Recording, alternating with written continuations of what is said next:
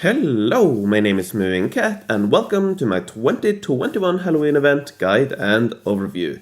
In this video I will go through all you need to know about the Halloween event, including the minigame, the rewards, the toys, the calendar and if you should go for it, and I will also go through a spreadsheet that I've made where you will be able to estimate the number of rewards you will get based on my testing from beta, so take those with a grain of salt. But anyways, I'll get back to that later on. In this video, I will also go through two different strategies for this event, one focusing on the calendar and the new Halloween set, and the other focusing only on daily specials. So I will compare those two strategies, so hopefully you will be able to decide which one fits best for you. Anyways, before I do that, I will start by going over the mechanics of the minigame, but by all means skip ahead using the timestamps if you're already familiar with how this works. So, for those who don't know how it works, the goal of the minigame is to find and pick up hidden rewards behind the fog. To do that, you have three different tools. You have the candle, which removes one tile of fog. You have the flashlight, which removes one column of tiles, but it has to be used on an already cleared tile. And then you have the lantern, which removes 8 surrounding tiles, but again must also be used on an already cleared tile. So with these tools, you will often find that you use candles to set up the other two tools, and you need to try to balance the use of tools. That's really important. In general, you will have roughly the same number of flashlights and lanterns, but you will have quite a lot more candles, and you want to try to keep this balance throughout the event, and hopefully by doing that you'll be able to get further in the end. Alright, to get tools you have to spend tickets, which you gain from event quests like usual. And as I've started to do in previous videos like this, in the pinned comment in the comments you will find kind of a cheat sheet where I go, or where I've written down all the bottleneck quests. So please look at that if you want, and also I recommend just going to the wiki page and looking through the quests by yourself, because these are really helpful, especially if you want to plan ahead and get through the quests as quickly as possible, and also for new worlds where some of these might be very hard to complete, it helps be prepared for them. Alright, when you buy tools, you always want to buy the most expensive set, as it gives more tools per ticket spent than the other options. So the only time you really want to get the cheaper set or buy individual tools is at the end of the event, where you're not able to buy any more of the big tool sets. In terms of strategy on when to use which tool, in general you want to use candles to prepare for the other tools as I mentioned, as well as to pick up rewards left behind by the other tools where using the other tools wouldn't make any sense. You want to use the flashlight when you either clear out a lot of rewards in a column or to get a lot of information about surrounding columns. One thing you'll notice is that you can only see what is behind the tiles that are next to already cleared tiles.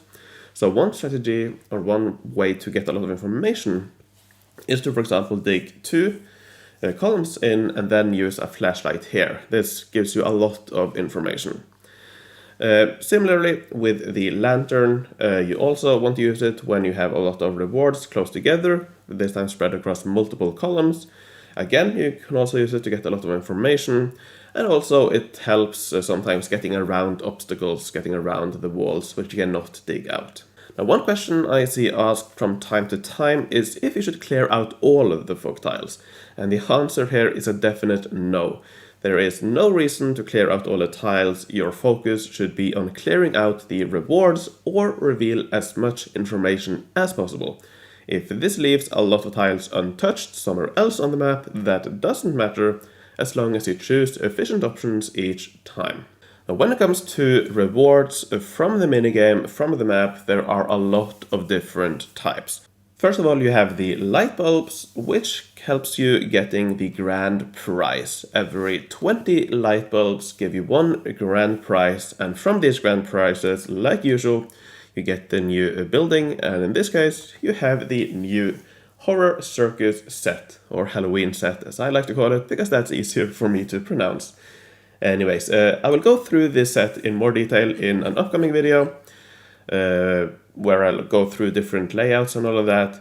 But in this video, I just want to say that in general, this set is quite good for forge points. It is good for city defense, if you care about that.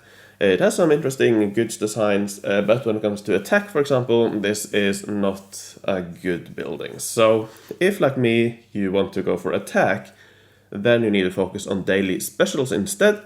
And speaking of daily specials, you get these through the pumpkins, which are another type of reward in the map. There are three different types of pumpkins. There are charmed, traditional, and rotten, and each with a different chance of getting the daily special.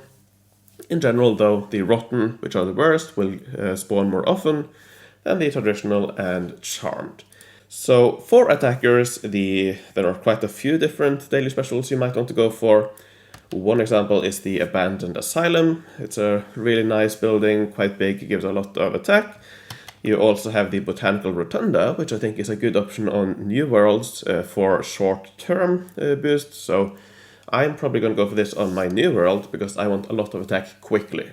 Long-term, this is not the best option to go for, but short-term, you will be able to get a lot of attack per daily special. So for new cities, this is something to consider. Probably the best reward in this event is the House of Horrors, or the House of the Wolf specifically. This one is a truly amazing building, gives up to 30% combined attack, and it's only 12 tiles big, 3x4. So this is a really, really good option for Established World. It's really efficient, one of the most efficient buildings. But on New Worlds, at least short term, it might not be the best option, because early on, it doesn't give full bonus. And at least, especially when you consider the amount of attack you get per daily special, you need 7 for this. It's not as much as options like the Botanical Rotunda. So long term, this is definitely the best option, but short term, it might not be the best for new cities. You also have the Royal Marble Gateway, which is quite nice. As usual, you have the Sentinel Outpost, which is also something to consider, both on New Worlds and Old Worlds. So yeah, a lot of good options depending on your needs. When it comes to forge points, you have the Dark Doorway, which is quite nice. It gives 3 forge points. It's 9 tiles big, so not the greatest, but on New Worlds, especially if you want a lot of forge points quickly, this is a really nice option. Gives a lot of forge points per daily special. Now back to the different rewards you can get from the minigame. You can also find tools themselves, which are nice. Then you can find toys. There are 8 different toys, and each toy has a small mini quest line with 5 quests. Again, you can find all of these on the wiki page.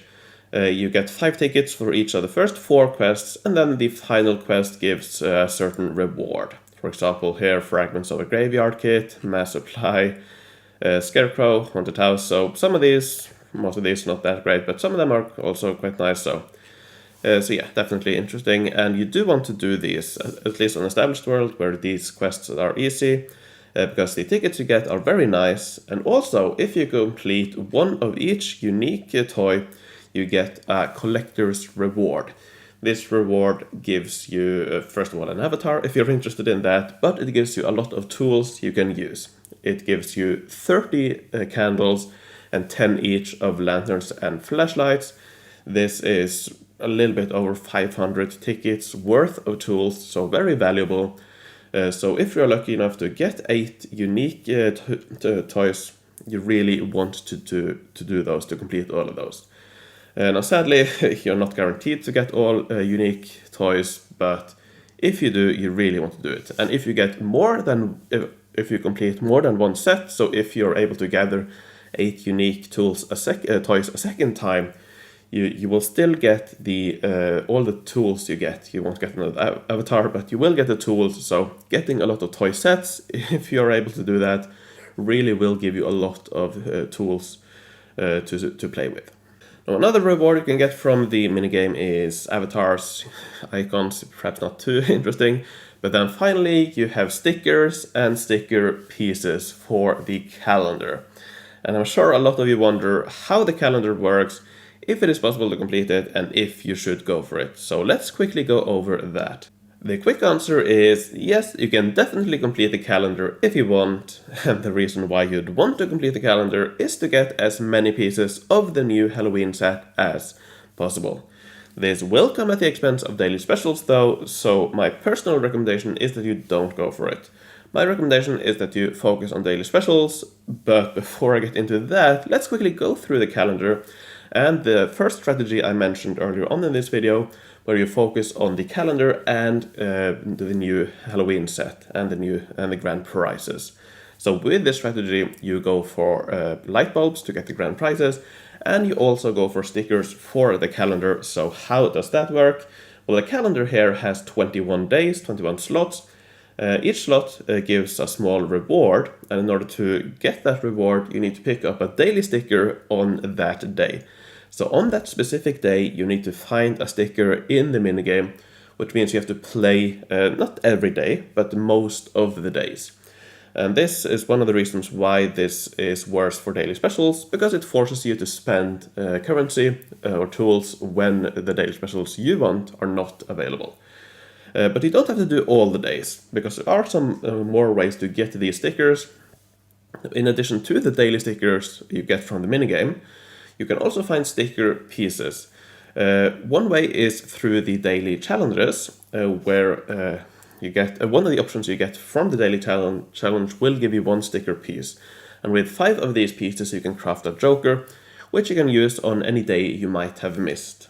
So in total, over the event, you will be able to get 20 pieces from the daily challenges, or another 4 slots here, or 4 full stickers, which means you only have to complete 17 daily, or get 17 daily stickers from the minigame.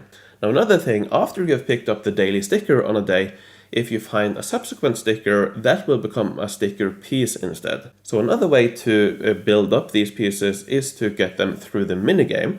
Now, based on my testing and beta, you should probably be able to get somewhere around 20 to 25 stickers for free, assuming no changes, which means you can also, on certain days, some days, spend some more tools, get a couple of sticker pieces as well from that day, and then skip the daily sticker another day. So if you want to play it a little bit risky, and if you think that you'll be able to get 25 stickers, which I was able to do on beta, but it's not guaranteed, then one way you can do it is that you can pick up a daily sticker 15 days. On 1 or 2 days, you spend more tools to get another 10 sticker pieces from that day. You use those sticker pieces to craft 2 jokers, which you use for another 2 days. Then you get the final 4 days from the daily challenges. So that's one way. If you want to play it more safe, you can do 16 daily stickers, or even 17 daily stickers, and then the rest from the from the daily challenges. Now that doesn't mean though that you need to play the minigame all of those 15 to 17 days, because the way daily specials and the calendar works is that each calendar, or the calendar resets at midnight server time. However, the daily special resets at the time the event starts. So in Europe, that is in the morning. So for example, if you get the daily special you want on day number 8, what you can do is that you can play the minigame, get 1 daily sticker on day 8 while going for that daily special. Then after midnight, before the daily special has reset, you can go again on day number 9, pick up another daily sticker here, and then you can actually continue even further. On that day, you continue until you find 1 more sticker, but you leave it in the ground, do not pick it up, and then on day 10, you pick it up again. So essentially, from 1 daily special, you can go for 3 different daily stickers, 3 different days. So that's a way where you can cut down the number of days you have to spend in order to get the calendar. But eventually you will have to spend on days where the daily special you want is not active. So that is where the other strategy comes into play. Essentially, you ignore the calendar completely.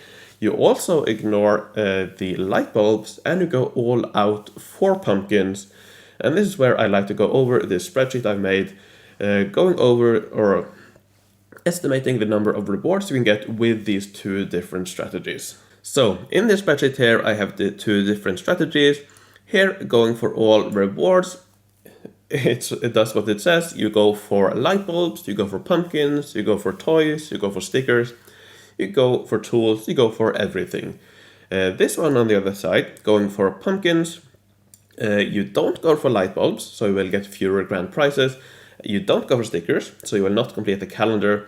You do go for toys though, at least if you're able to complete them, because the toys give you a lot of resources, so if you're able to get them, and if you're able to complete them, you should pick them up.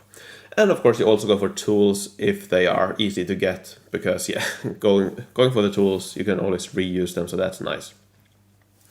In these three rows here, or columns here, I have written down my values from data I've been able to gather on the beta server. So I've been able to gather data for roughly 10,000 tickets spent in each of these categories, which is quite a decent sample size. It's more than what you can get for free. So when going for pumpkins only, for example, the number of tickets I had to spend for each pumpkin was around 37. On the other side, when I went for all rewards, the number of tickets I needed per pumpkin was 61, so quite a big difference. But on the other side, when it comes to light bulbs for grand prizes, I got more here going for all rewards naturally. I did still get quite a few going for pumpkins only, because naturally, as you make your way through the minigame, you will pick up a lot of them. Same thing with stickers. Also a noticeable difference here, when I went for them, I got more naturally, but I also got some when going for pumpkins only. So yeah, but I do want to warn you though, these are my results. They might not be accurate. I might have been unlucky. I might have been lucky. They might have changed these values going to the live server. So take these with a huge grain of salt, but at least this will give you an idea of the differences behind these strategies. Even if the numbers aren't necessarily accurate, the difference should be quite accurate. Over here, you have the base number of tickets you get from the quests and milestones. That is 5,391. And if you're wondering why that's an odd number, one of the milestone rewards give you 666 tickets. Here you can also input the number of tickets you expect to get from incidents. And if you want to play around with this spreadsheet yourself, I should have mentioned that. Go here, go to make a copy or download. You will not be able to edit this spreadsheet itself, because if tens or hundreds of people work on the same spreadsheet at the same time, that would be chaos.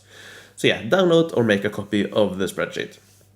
Here you can write how many incidents you have. Here you can also include if you have the event surprise box. So on my main world I do have that, but on the new world you won't have that. So that's something to keep in mind. Also, based on my testing, the number of tickets I needed to spend per toy was around 167. But again, take this with a grain of salt. This might be different for you. So with those numbers, I should expect to get around 36 toys from the event. So here I can write down how many of those I expect to complete. So on my main world, I'm able to complete all of those. But if this was on the new world, for example, I'm probably only going to go for one of each, because some of them are quite difficult or costly to complete. So yeah, here you can write down how many you expect to complete, and also write how many toy sets you expect to complete. Here again, this is way too difficult to estimate. If you are unlucky, you will get none, and that's definitely a possibility. I don't think I got one on the archaeology event, for example, so yeah, it's definitely possible. Many people say that I don't get a full toy set, so definitely possible. I do think a majority of people will be able to complete one toy set if they focus on getting the toys, but it's definitely not guaranteed. If you're lucky though, you can get more, perhaps 2 or even 3. So here you can write down how many you expect, or see how many rewards you will get with these different numbers. All right. Finally, you can also here write down if you expect to complete the calendar. So with this strategy, you expect to complete it.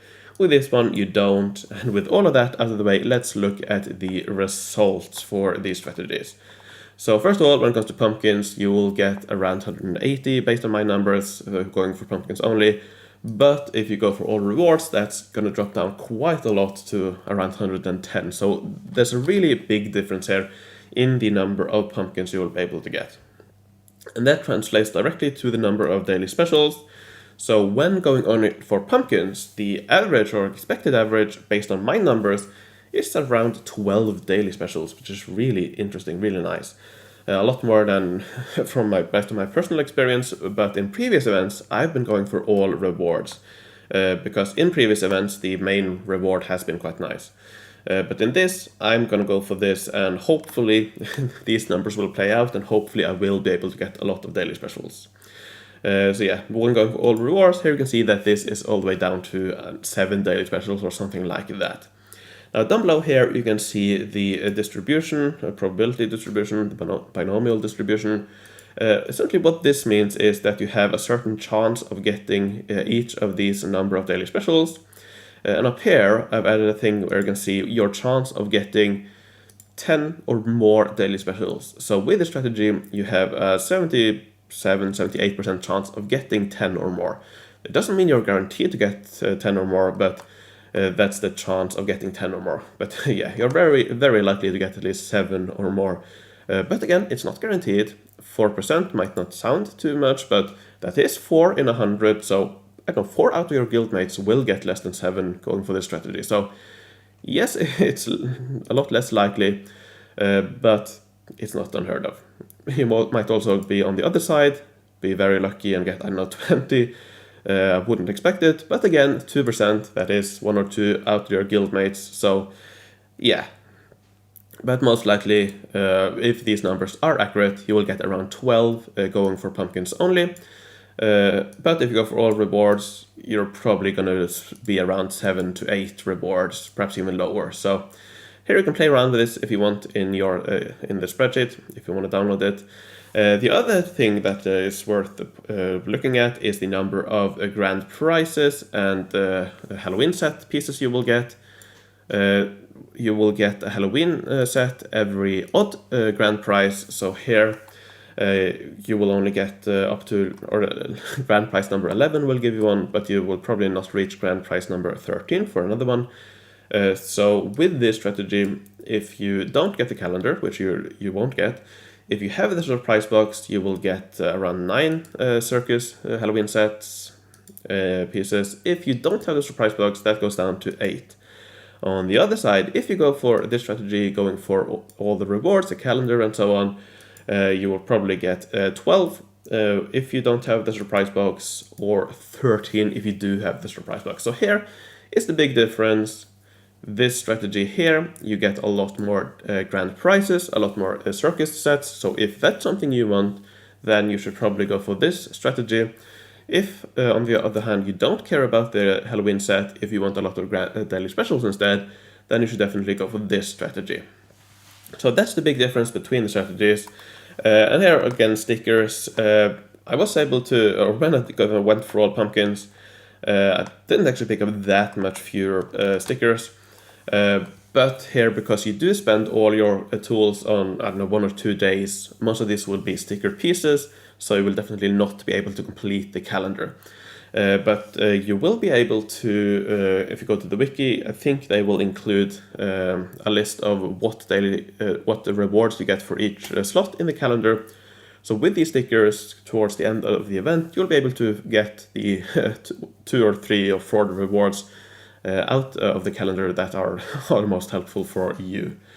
But yeah, and here when I went for all rewards, going for the calendar, with these numbers, I would have been able to get around 26 stickers, which means the strategy I mentioned of going for 15 daily stickers, 2 Joker stickers from the event, from the minigame, and then 4 Joker stickers from the daily challenges would be possible. But again, this might vary.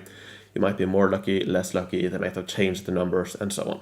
So yeah, I think that's all I want to go through in this video. Again, this spreadsheet is linked in the description. Again, if you want to play with it yourself, either make a copy or download it. And the reason I'm reiterating this a lot is because with all of these spreadsheets, I got a lot of requests for editing rights, and I'm not going to give those to anyone, so yeah, download or make a copy if you want to play with it. As I mentioned earlier in the video, I will make a dedicated video on the event set, so please stay tuned for that, check that out. In it I will go over some different variations on different options for different layouts, as well as the standard layout and so on, so stay tuned for that, that should be interesting. So before I end this video, I would like to thank my Patreons. I would like to thank Homestar, Merrick B, PQ the Goat, Arkler, Sabathiel, Hugo Count von Count, Jon Fredriksen, Rocco, Henrik Derek Klerberg, and Mattia. Thank you all very much for your support. Thanks for watching this video. Stay tuned for my video on the Halloween set. Take care, and I will see you in the future.